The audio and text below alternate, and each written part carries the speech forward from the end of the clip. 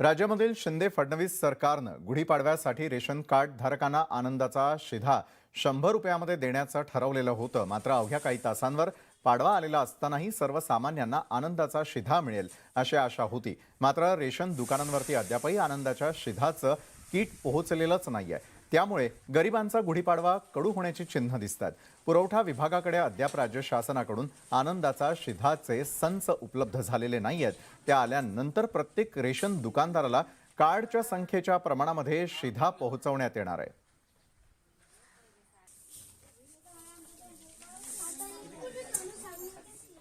सलग 7 दिवसांपासून अवकाळी पाऊस, वादळी वाऱ्यासह गारपीट सुरू असल्यानं शेतकऱ्यांच्या मोठ्या प्रमाणात नुकसान झालेलं आहे। काढणीसाठी आलेला कांदा, गहू आणि हरभऱ्याची पिकं शेतात आडवी झाली आहेत। शेतीत केलेला खर्च देखील निघणार नसल्याची परिस्थिती शेतकऱ्यांसमोर निर्माण झालेली आहे। तर अवकाळी पावसामुळे शेतातील ओल तशीच असल्यानं आडवी झालेली पिकं जागेवरच कुजण्याची शक्यता निर्माण झाली आहे। राज्यामध्ये नंदुरबार, मनमाड, वाशिम, बुलढाणा, जळगावमध्ये सातत्यानं पाऊस पडतोय आणि या अवकाळी पावसामुळे आंबा, कांदा, लिंबाचं अतोनात नुकसान झालंय।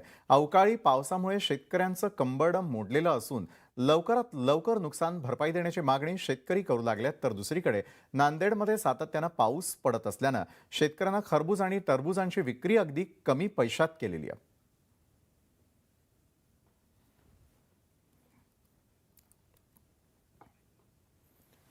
राज्यामध्ये येत्या 72 तासामध्ये उत्तर महाराष्ट्रामध्ये तुरळक ठिकाणी गारांच्या पावसाचा अंदाज व्यक्त करण्यात आलेला आहे। राज्यामध्ये इतर ठिकाणी हलक्या स्वरूपाचा पाऊस होऊ शकतो असा अंदाजही पुणे हवामान विभागानं दिलेला आहे। त्यामुळे शेतकरी आता आणखीच चिंतेत सापडलाय। दरम्यान गेल्या काही दिवसांपासून सुरू असलेल्या अवकाळी पावसामुळे शेतकरी चांगलाच संकटात सापडलाय।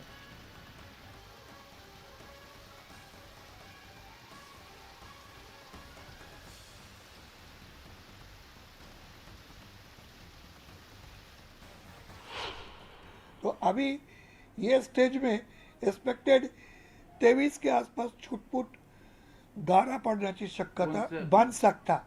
ये प्रदेश का मोस्टली उत्तरी जिला में संभावना है। एरियाज ऑफ नॉर्थ मध्य महाराष्ट्र, मतलब नॉर्थ नासिक वगैरह, नासिक जलगांव, नंदुरबार, तो ये बन सकता। लेकिन उसको फाइन ट्यून करके एग्जैक्ट बोलना ये इतना जल्दी संभव नहीं है। मालेगावमधील उद्धव ठाकरेंच्या सभेआधीच संजय राऊतांनी मंत्री दादा भुसेंवर निशाणा साधलाय। दादा भुसेंवरती संजय राऊतांनी शेतकऱ्यांना फसवल्याचा आरोप केल्यानंतर दादा भुसेंनी देखील राऊतांना आव्हान दिलंय।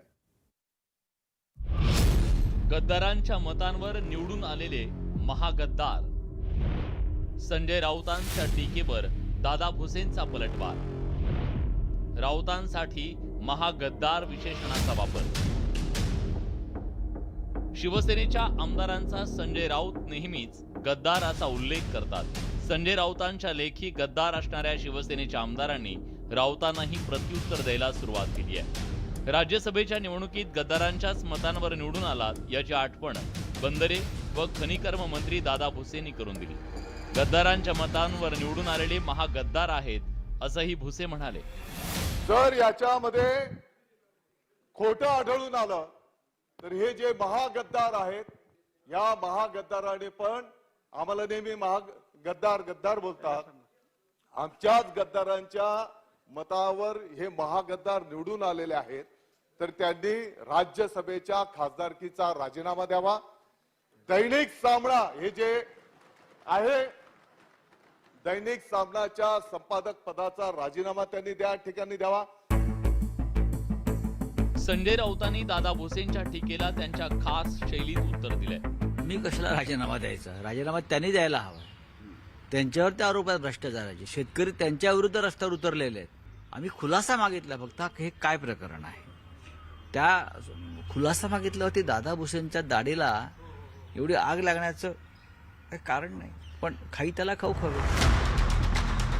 एकनाथ शिंदेंच्या राजकीय उठावापासून ठाकरे गटाकडून शिंदे समर्थकांचा गद्दार आणि 50 खोके या विशेषणांसह उल्लेख केला जातो।